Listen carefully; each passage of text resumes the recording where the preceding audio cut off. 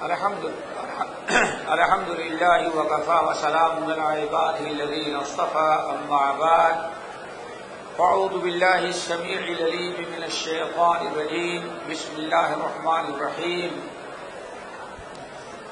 إن الذين يتلون كتاب الله وأقاموا الصلاة وأنفقوا مما رزقناهم سرا وعلانية يرجون تجارة لن تبور ليوفيهم أجورهم ويزيدهم من فضله إنه غفور شكور۔ محترم سامعین، اس سورہ فاطر کی 2 آیتیں ہم نے آپ حضرات کے سامنے پڑھی ہیں، اور آج انشاءاللہ انہی دونوں آیتوں پر ہم گفتگو کریں گے، اور جو کچھ اللہ رب العالمین نے ان دونوں آیتوں میں ہمیں پیغام دیا ہے اسی کی وضاحت کرنے کی ہم کوشش کریں گے۔ اللہ تعالیٰ سے دعا کروں کہ اللہ ہم سب کو عمل کی توفیق نصیب فرمائے۔ یہ سورہ فاطر کی 2 آیتیں ہیں، آیت نمبر 29 اور آیت نمبر 30۔ اس میں رب العالمین فرماتے ہیں کہ ان الذین یتلون کتاب اللہ واقاموا الصلاة وانفقوا مما رزقناهم سرا وعلانیہ یرجون تجارة لن تبور۔ ان الذین یتلون کتاب اللہ، یقیناً جو لوگ اللہ کی کتاب کی تلاوت کرتے ہیں، کوئی خاص بھی تلاوت کا نہیں ہے، ہمیشہ کتاب اللہ کی تلاوت کی پابندی کرتے ہیں۔ ان الذین یتلون کتاب اللہ، بے شک جو لوگ اللہ کی کتاب تلاوت کرتے ہیں، وَأَقَامُوا الصَّلَاةَ، نماز قائم کرتے ہیں، وَأَنفَقُوا مِمَّا رَزَقْنَاهُمْ سِرًّا وَعَلَانِيَةً، اور ہم نے جو ان کو رزق حلال مال دیا ہے اس کو اللہ کی رضا کے لیے دن رات ہر وقت خرچ کرتے رہتے ہیں۔ رب العالمین نے فرمایا جس شخص نے یہ 3 اعمال کر لیے، یا یوں سمجھو جو انسان برابر ہمیشہ یہ 3 عمل کرتا ہے۔ پہلا عمل یتلون کتاب اللہ، اللہ کے کتاب کی تلاوت کرتا رہتا ہے، برابر قرآن پڑھتا ہے۔ ایسا نہیں کہ ہاں صرف رمضان میں 1 ختم کر لیا پھر سال کے 11 مہینے کے لیے جزدان میں لپیٹ کر کے رکھ دیا، نہیں۔ ان الذین یتلون کتاب اللہ، جو اللہ کے کتاب کی تلاوت کیا کرتے ہیں، یعنی برابر ہمیشہ وہ اللہ تعالیٰ کی کتاب پڑھا کرتے ہیں۔ نمبر 2، وَأَقَامُوا الصَّلَاةَ، نماز کی پابندی کرتے ہیں، نماز قائم کرتے ہیں۔ نماز قائم کرنا یہ کہ روزانہ 5 وقت کی نماز کو وضو خشوع خضوع با جماعت اوقات کا لحاظ رکھتے ہوئے سنت کے مطابق آپ نماز ادا کریں، اس کو کہا جاتا ہے نماز قائم کرنا۔ تو پہلا عمل ہے تلاوت قرآن، اور دوسرا عمل ہے اقامت صلاۃ، اور دوسرا عمل ہے وَأَنفَقُوا، تیسرا عمل وَأَنفَقُوا مِمَّا رَزَقْنَاهُمْ سِرًّا وَعَلَانِيَةً۔ تیسرا عمل یہ ہے کہ اللہ فرماتے جو ہم نے ان کو رزق حلال دیا ہے اس رزق حلال سے رات اور دن ہمیشہ وہ اللہ کی راہ میں خرچ کرتے رہتے ہیں۔ جس شخص نے یہ 3 اعمال کو پابندی سے ادا کیا، رب العالمین فرماتے ہیں یرجون تجارۃ لن تبور، انہوں نے اللہ رب العالمین سے ایسی تجارت کیا ہے جس تجارت میں نقصان اور گھاٹے کا کوئی ڈر اور کوئی خطرہ ہے نہیں، نقصان اور خسارے کا کوئی تصور نہیں ہے۔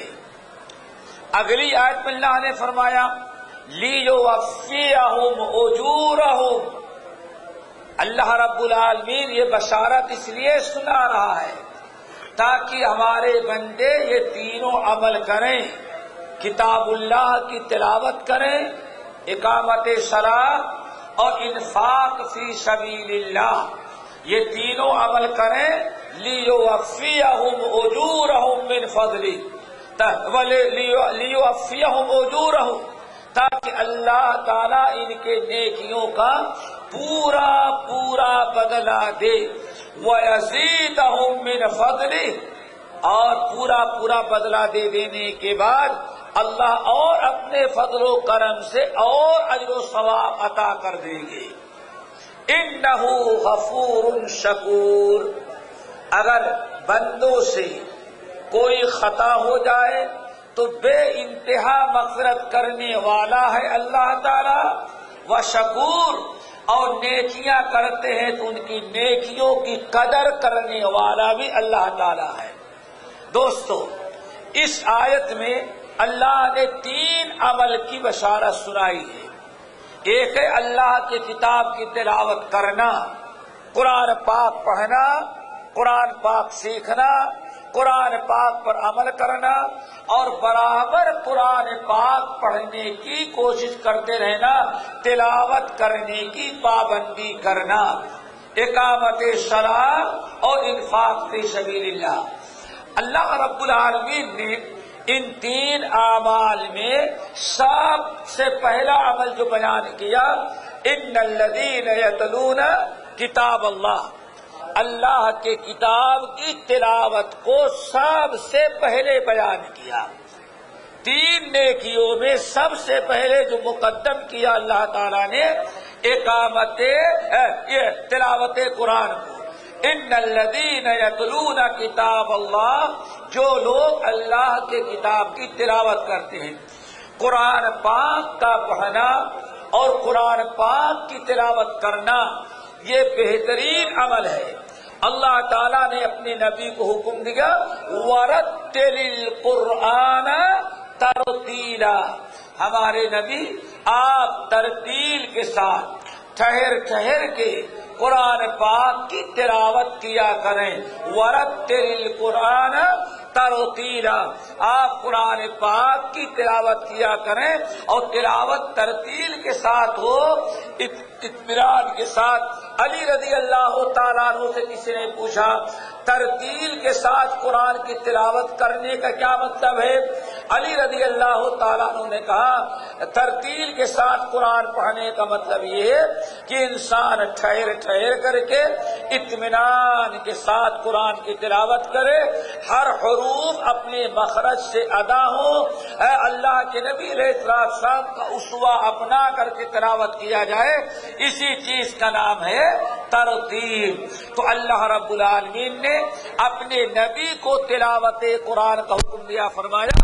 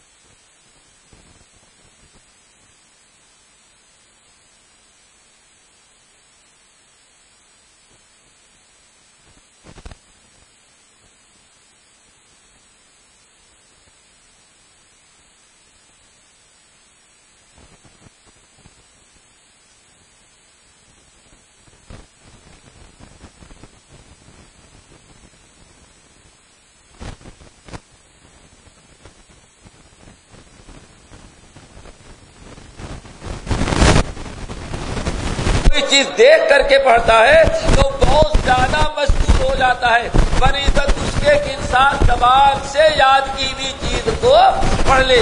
اسی لیے دیکھ کر کے قرآن پڑھنا بہت بڑا اجر و ثواب ہے. امام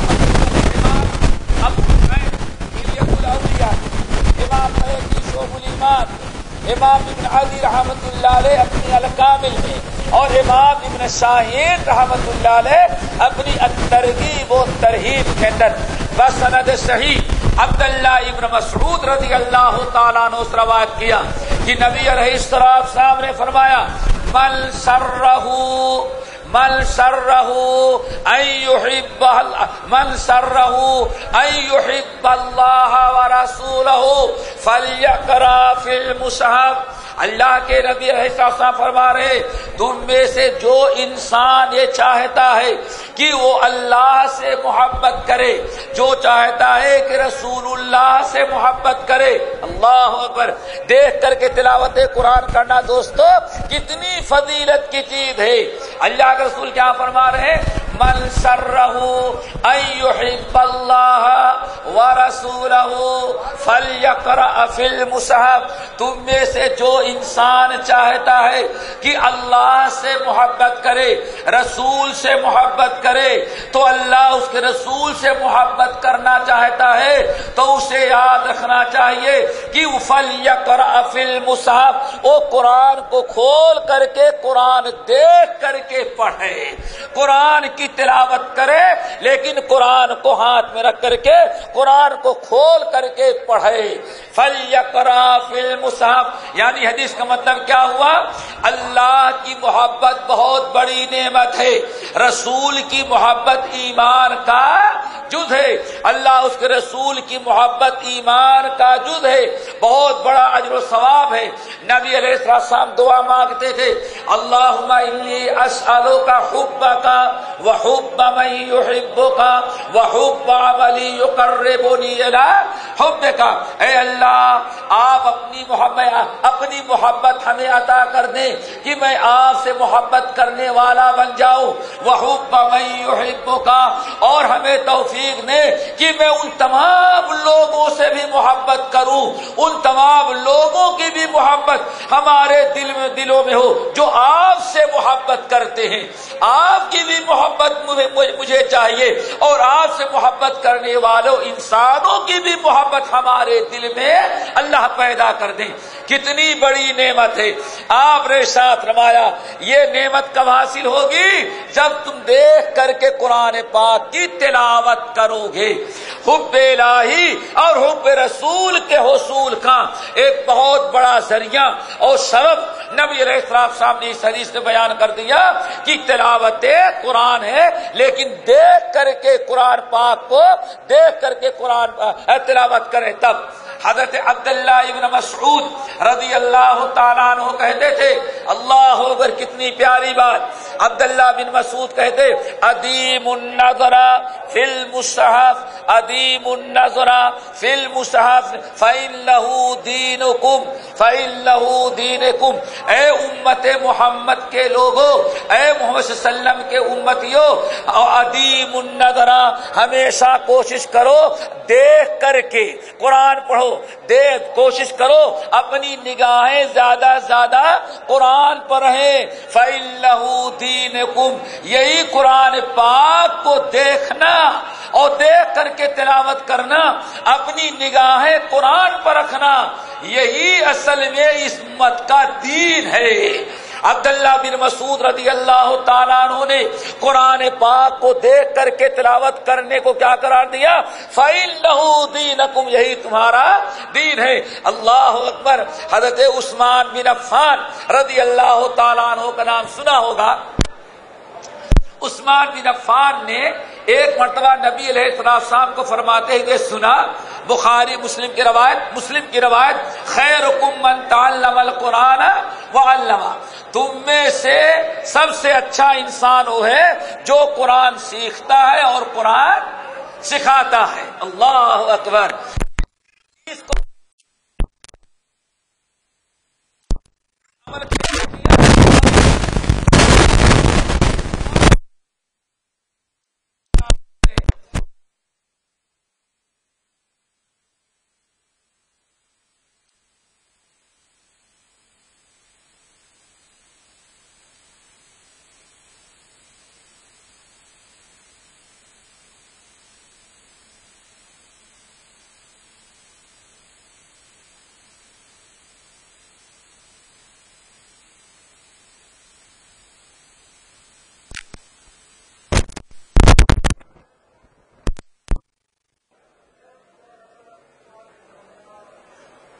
ٹھیک ہے، وہ جو ان کا قرآن تھا، حالانکہ حافظ قرآن تھے، عثمان بن عفان کا شمار قرائے صحابہ میں سے ہے، لیکن دیکھ کر کے قرآن پڑھنے کی اتنی اہمیت تھی کہ راوی کہتے ہیں عثمان بن عفان رضی اللہ تعالیٰ عنہ یہ جس قرآن کو دیکھ کر کے پڑھتے تھے، وہ دیکھ کر کے پڑھنے اور اوراق پلٹنے کی وجہ سے اتنا بوسیدہ ہو گیا تھا کہ ہاتھ سے پکڑو تو پھٹ جاتا تھا، یعنی اتنا زیادہ انہوں نے اس قرآن کو استعمال کیا تھا۔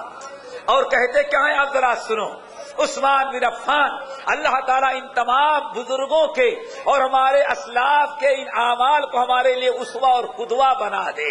ذرا دیکھو بھائیو، اتنے ساتھی بیٹھے ہوئے ہیں، قرآن ہماری نگاہیں قرآن پر کتنی پڑتی ہے اور فلم پر کتنی پڑتی ہے؟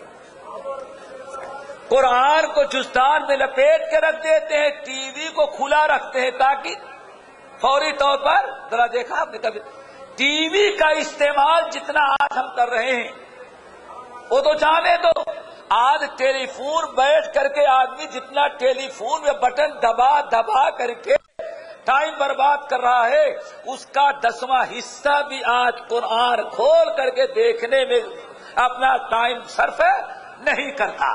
اب عثمان بن عفان کی بات سنو، عثمان بن عفان رضی اللہ تعالیٰ عنہ کہتے ہیں اللہ اکبر، بڑی پیاری بات ہے ان کی اور کتنا بہترین قول ان کا، کہتے تھے اے لوگو لو ان طہر قلوبنا، اے لوگو لو ان طہر قلوبنا ما شبعنا من کلام ربنا۔ اللہ اکبر، یہ ہے قرآن کی محبت اور یہ ہے تلاوت قرآن کا مقام۔ کہتے کیا ہے عثمان بن عفان، لو ان طہر قلوبنا ما شبعنا من کلام ربنا وانی لاکرہ ان یاتی یوم لا انظر فیہ المصحف۔ اللہ اکبر، عبداللہ عثمان بن عفان کہہ رہے ہیں کہ اے لوگو، اگر ہمارے دل دنیا کی محبت سے پاک ہو جاتے، ہمارے دل برائیوں سے پاک ہو جائیں، ہمارے دل کینہ کپٹ بغض اناد اور برائیوں سے پاک ہو جائیں، اگر ہمارے دل پاک ہو جائیں تو ما شبعنا من کلام ربنا، ہم اپنے رب کے کلام قرآن پاک سے کبھی آسودہ نہیں ہوتے۔ ہم قرآن پاک سے بے فکرے کیوں ہو گئے؟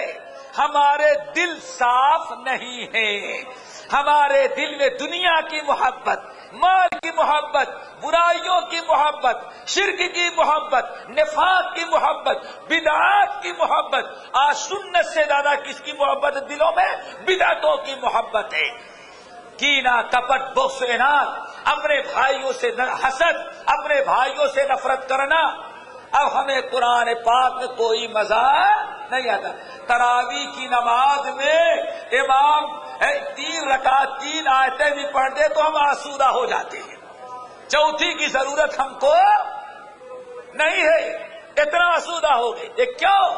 ہم عثمان بن عفان کہتے ہمارے دل پاک نہیں ہے۔ کہتے عثمان بن عفان واللہ لو ان طہر قلوبنا ما شبعنا من کلام ربنا، اے لوگو اگر ہمارے دل پاک ہوتے، ہمارے دل صاف ہو جائیں تو ہمیں رب کے کلام سے کبھی آسودگی نہیں ہوگی۔ کتنا بھی پڑھیں، زیادہ ہی پڑھنے کا دل چاہے گا، قرآن چھوڑنے کا دل نہیں چاہے گا۔ اب آگے ذرا سنو، بات کیا چل رہی تھی دوستو؟ قرآن پاک کو دیکھ کر پڑھنا، تلاوت کرنا، یہ کتنا بڑا عمل ہے۔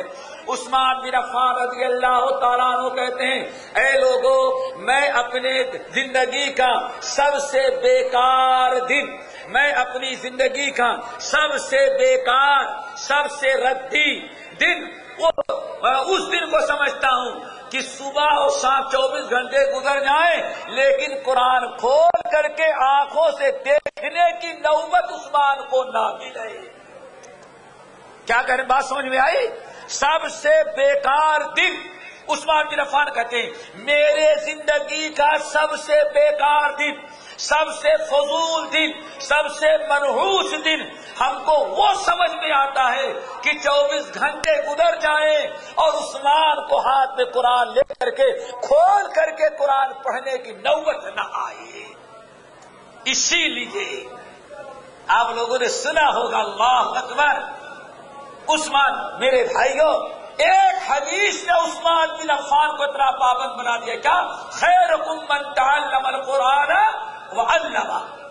اس حدیث کے راوی وہ ہیں، عمل کر کے ظاہر واضح کر دیا۔ آپ لوگوں نے سنا ہوگا عثمان بن عفان رضی اللہ تعالیٰ عنہ کو قتل کرنے کے لیے مصر سے لے کر کے مدینے تک جتنے عرب کے بدماش تھے سارے ہنگامی اور بدماش لوگ اکٹھا ہو گئے تھے۔ سنا ہے قصہ نا؟ عثمان بن عفان کو شہید کرنے والے لوگ کون تھے؟ بگڑے ہوئے بے ایمان مسلمان تھے۔ اللہ اکبر۔ مصر سے ہنگامہ اٹھا، مصر، شام، فلسطین اور پھر آ کر کے عرب، اور چاروں طرف سے ایک ہفتہ عثمان بن عفان کے گھر کو گھیر رکھا ہے، ہزاروں کی تعداد میں۔ عثمان بن عفان اپنے بالا خانے پر ہیں اور قاتلین مطالبہ کر رہے ہیں اتارو عثمان کو، ہم قتل کریں گے۔ علی رضی اللہ تعالیٰ عنہ نے اپنے دونوں بیٹے حسن اور حسین کو اسلحہ دے کر کے اور ان دو نوجوانوں کو اور حضرت عثمان بن عفان کے گیٹ پر کھڑا کر دیا کہ تم لوگ یہاں کھڑے رہو، کوئی دشمن عثمان کے گھر میں نہ جا سکے، تمہاری جان چلی جائے لیکن عثمان کے کا قاتل عثمان کے گھر میں داخل نہ ہو سکے۔ اس لیے حسن اور حسین پہرے داری کر رہے تھے۔ ایک ہفتہ گزر گیا، دشمنوں کو موقع نہ ملا تو بلوائیوں نے کیا کیا؟ پیچھے سے پڑوسی کے گھر میں گھسے، اس پڑوسی کے گھر میں گھس کر کے چھت پر گئے اور اس کی چھت عثمان بن عفان کے چھت سے ملی ہوئی تھی، کسی کو پتا نہیں۔ سارے صحابہ اسلحہ لے کر کے نیچے کھڑے ہوئے ہیں، محافظین حضرت حسن اور حسین دروازے پر کھڑے ہیں، کسی کو پتا نہیں۔ دشمن پیچھے سے چڑھے اور عثمان بن عفان کے بالا خانے پر پہنچ گئے۔ ان کی بیوی نائلہ موجود تھی۔ اس وقت حضرت عثمان کس حالت میں تھے؟ اتنا خطرناک مرحلہ ہے، اتنا مشکل وقت آیا ہوا ہے، ہزاروں کی تعداد میں جان لینے والے کھڑے ہیں، لیکن عثمان بن عفان کے پاس جب قاتلین پہنچے تو پتا چلا ظالموں نے دیکھا بیوی بیٹھی ہے دعا کرتی ہوئی، اللہ فتنے کو ختم کر دے، اور عثمان بن عفان قرآن کو کھول کے رکھے ہیں اور سورۃ البقرہ کی تلاوت کر رہے ہیں۔ دنیا میں تلاوت قرآن کی یہ نظیر کوئی نہیں پیش کر سکتا۔ ہزاروں کے تعداد میں دشمن قتل کرنے کے لیے دروازے پر کھڑے ہو، لیکن وہ مرد مومن تلاوت قرآن میں ہو۔ آخر کار بروائی ظالم جب گھسے اور تلوار چلایا تو کہا جاتا ہے عثمان بن عفان پر جب بدماشوں نے تلوار چلائی تو عثمان بن عفان کے جسم کے خون کا سب سے پہلا قطرہ جو ٹپکا وہ قرآن پاک کا، اور آیت کیا تھی؟ فَسَيَكْفِيكَهُمُ اللَّهُ فَسَيَكْفِيكَهُمُ اللَّهُ۔ اس آیت پر پہنچے تھے اور خون کا قطرہ ٹپک کر کے اسی قرآن کی آیت پر آیا۔ کہنے کا مقصد بھائیو یہ اتنے مشکل وقت میں بھی تلاوت قرآن کا اہتمام ہو رہا ہے۔ تو دوستو کہنے کا مقصد ہمارا یہ ہے کہ رمضان کے مہینے کا بڑا گہرا تعلق تلاوت قرآن سے ہے۔ تلاوت قرآن احب الاعمال میں سے ہے، اس لیے قرآن کے رمضان کے مہینے میں ہمیں زیادہ سے زیادہ تلاوت قرآن کا اہتمام کرنا چاہیے۔ زیادہ زیادہ قرآن پڑھو اور قرآن کی تلاوت کرو، اور رمضان کے بعد بھی تلاوت قرآن کا سلسلہ باقی ہونا چاہیے، لیکن رمضان میں خصوصی اہتمام کرنا چاہیے۔ اللہ تعالیٰ سب کو مل کی توفیق نصیب فرمائے اور ہمارے دلوں میں اپنی اور اپنے کتاب اپنے نبی کی محبت پیوست کر دے۔ اقول قولی ھذا واستغفر اللہ من کل ذنب واتوب الیہ۔